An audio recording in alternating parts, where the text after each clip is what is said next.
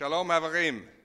It is a tremendous honor to be here, and I want to say at the outset, on my behalf, but tonight is just as much not just about me, but about our entire government and about two groups of people. First and foremost, it's about the leadership of Prime Minister Stephen Harper.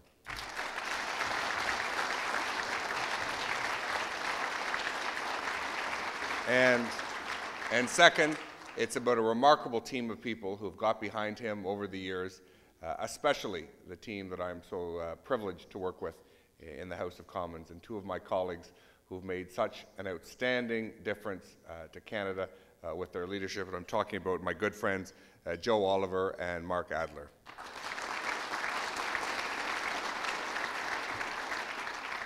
Finally, we have a Jew in our caucus. I have a formal speech, but I thought I might just speak from the heart tonight. I want to tell you what a great honor this is. The Prime Minister's leadership, what our government is all about, is standing up for our values, standing up for our principles, standing up for everything that made our country great. And Mr. Picard spoke about Queen's University, my alma mater, the other place I have a degree from.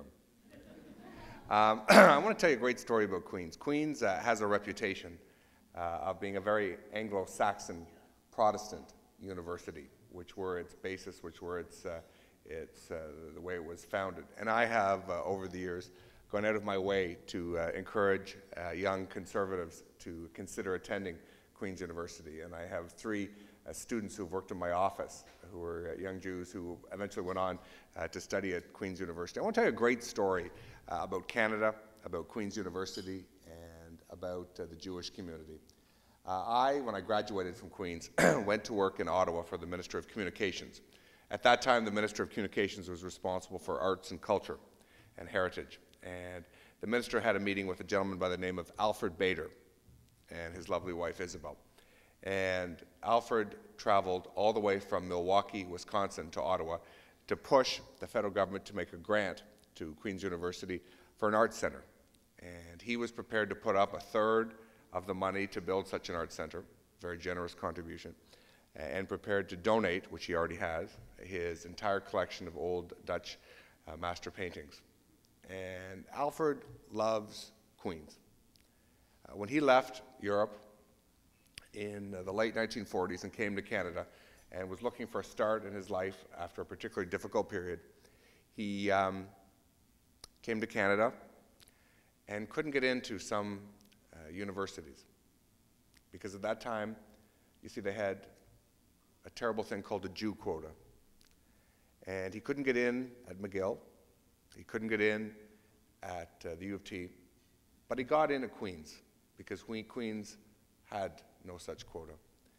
And he got a great education and graduated, was not able to marry the girl that he loved, Isabel, because he was Jewish. And I'll advance forward many years. 30 years later, he eventually was able to marry his girlfriend Isabel in his second marriage, and was able to try to return the favor that Queen's University and that Canada had given him. After graduating university, he had moved to the United States and set up a business where he was very, very successful, a chemical company in Milwaukee, Wisconsin. And Alfred Bader traveled all the way from Milwaukee to meet the Minister of Communications to push for funding for a building at Queen's University. And he was in the lobby waiting to meet the minister, and the Prime Minister calls. It's an emergency. He needs to see the minister immediately. It's 1992, so the minister couldn't meet with him, and this poor fellow, this poor chap, generous, had traveled all the way to Milwaukee for nothing. But he got a meeting with the minister's young 22-year-old kid, a student, assistant. So I sat down and met with Alfred and Isabel Bader, tremendously modest people, tremendously humble people, who had been very, very financially successful in their life. And they pushed this great art center in Kingston, Ontario at Queen's University. And I listened and I watched. And I said I would report back to the minister in due course. Nothing happened. Nothing happened. No building, no grant, nothing. He invited me to a lecture that he gave at the National Art Gallery, where I learned about all of his escapades as an art collector and a chemist. And they didn't get the building. Nothing happened. Nothing went forward. Well, some 20 years later, I'm on a plane from Toronto to Ottawa just after the 2008 election, and I have the Vice President of Queen's sitting beside me. And he says, you know what, we've got this great project we're pushing.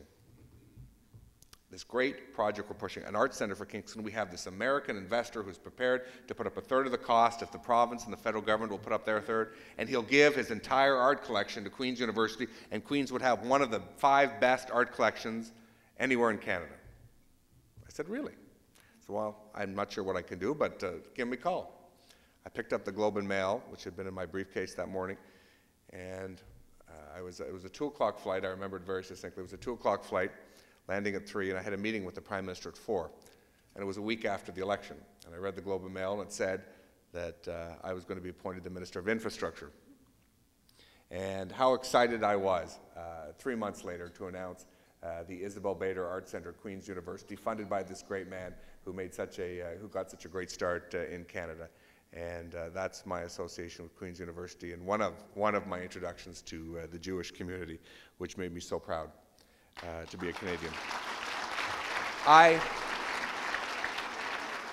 often asked, what is my focus? How did I become interested in the state of Israel? Why am I such a passionate supporter?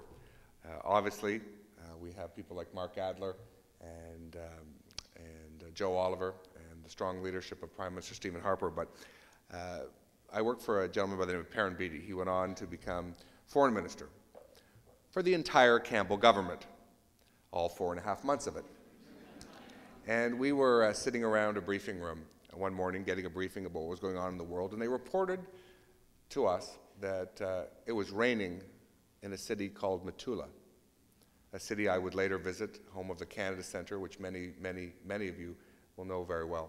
And it was reported to us it was raining in Metula. Of course, that was not a meteorological event. It was Katyusha rockets raining down on the city.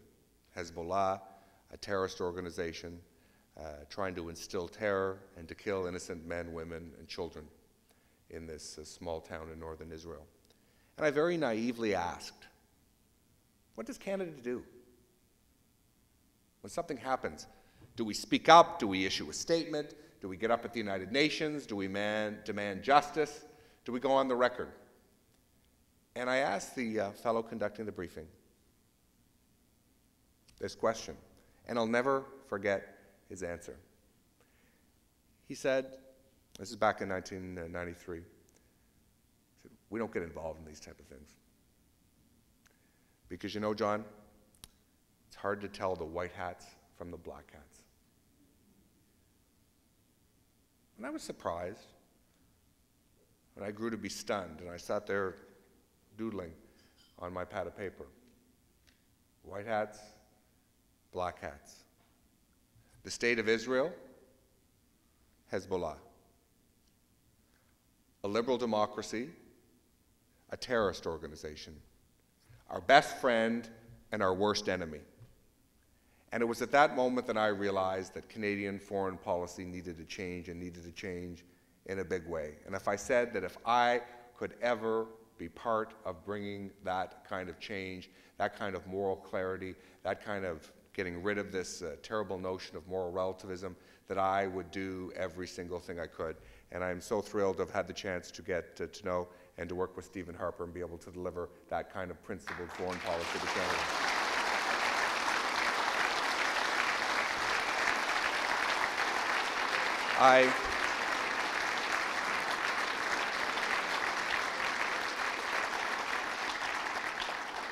I fast forward many years, and in 2005, just before I got elected to the federal parliament, I was still a member of provincial parliament, a provincial politician, both literally and figuratively. And there was a group of young Canadians going to Israel, and there was a young leadership group, and they tried to bring a few Conservative and Liberal politicians with them. And they had 3 Liberal MPs lined up to go. And unfortunately, the Conservative Federal Caucus was entirely booked up. They had a caucus meeting, and it was a command performance, so no one could go. And I was asked, could you come? You know, it's a federal issue, but you're a provincial guy. Maybe you could find 2 friends. So I said I would absolutely love to. And could you bring 2 friends with you? We need 2 other provincial politicians. And I chose Jim Flaherty and Tim Hudak, people sitting with me in the provincial legislature who would fortunately go on to much better things. In Tim's case, I think going on to much bigger and better things in short order. But we went, and we had a great tour of Israel, got to work with these young people and to deal with them. And we're having a dinner at the Imbal Hotel outside on the patio. And we had the Canadian ambassador there, who's actually a great guy. I've come to work with him, and I quite respect him and like him. Not so on this night. And I'm very quiet and reserved in my ways. I don't normally speak up. Not really the case. But there was a lull in the conversation. I'm sitting right across from him, and I said, why is Canada so anti-Israel? Why does Canada always stand up at the United Nations and year after year after year always stand up and vote against Israel on so many of these resolutions that condemn the only liberal democracy in the region? 1/4 of all human rights resolutions at the United Nations are targeted against the only liberal democracy in that region. They said, well, they don't matter. It's the same ones every year. No one pays attention. I said, well, if it doesn't matter and no one pays attention, why does Canada vote so badly? And we went on and fought. And finally, I thought, well, I'm a guest in this country. I should perhaps shut up. Then Flaherty took the baton and started to go after him as well. And I got the sense that they felt they were dealing with provincial politicians, figuratively and literally. And how excited I was 6 months later to see this individual come into the cabinet room and seeing Jim Flaherty and I sitting on either side of Prime Minister Stephen Harper in an inter-cabinet meeting. And I'm not sure if they understood it, but things have changed, and have changed a lot since that time. Listen, my grandfather is someone who I tremendously respect. He left in 1942 to Europe. The great struggle, he was in the war, and then stayed in the Canadian Forces for 25 years after the war. And the great struggles of his generation, were fascism, and then in the Cold War, communism. Well, the great struggle of our generation is terrorism. And far too often, the Jewish people of Israel are on the front lines of that struggle. And we must never forget that.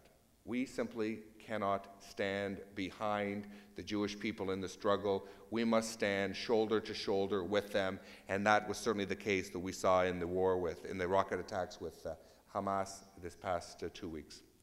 And it is not just that Israel has a right to protect itself. What other fundamental responsibility does any state have than to protect its own people?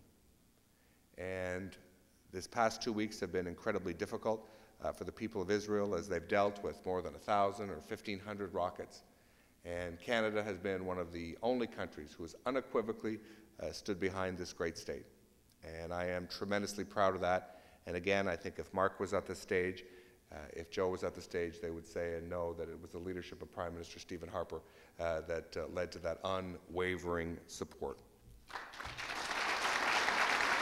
Israel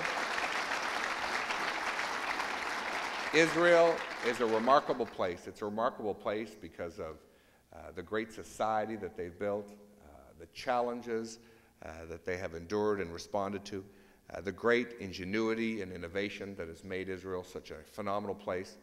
And that didn't happen by accident.